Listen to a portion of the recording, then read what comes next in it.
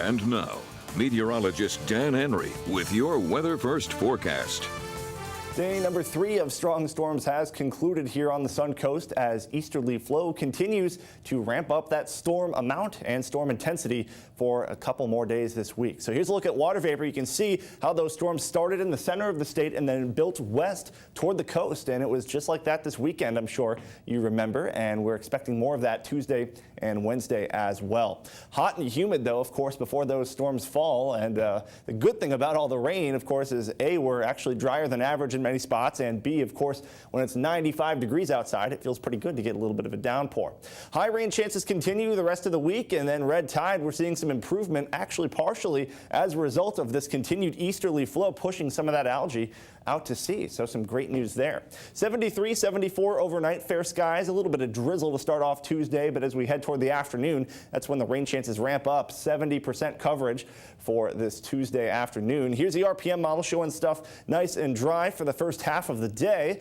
As we head toward lunchtime, we'll start to see those clouds build in the eastern sky and then expect isolated strong storms then as we head toward the afternoon and evening. And again, not a washout, just like the last couple of days, but most of us are going to get rain at some point, so I'm throwing a 70% rain chance back in the forecast for our Tuesday.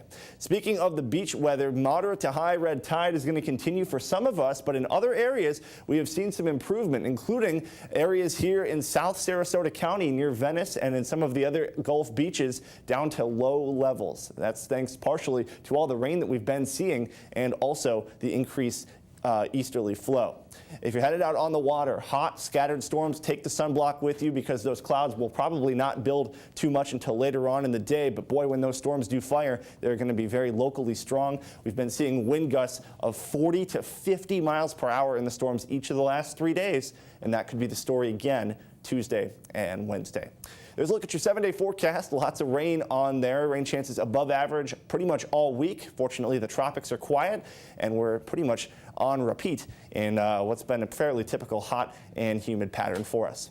Appreciate it when you connect with us on social media. Send us your cool weather pictures if you can safely take some shots of those or perhaps the red tide conditions in your area beach. You can find me on Facebook at Meteorologist Dan Henry SNN or on Twitter at Dan Henry Weather.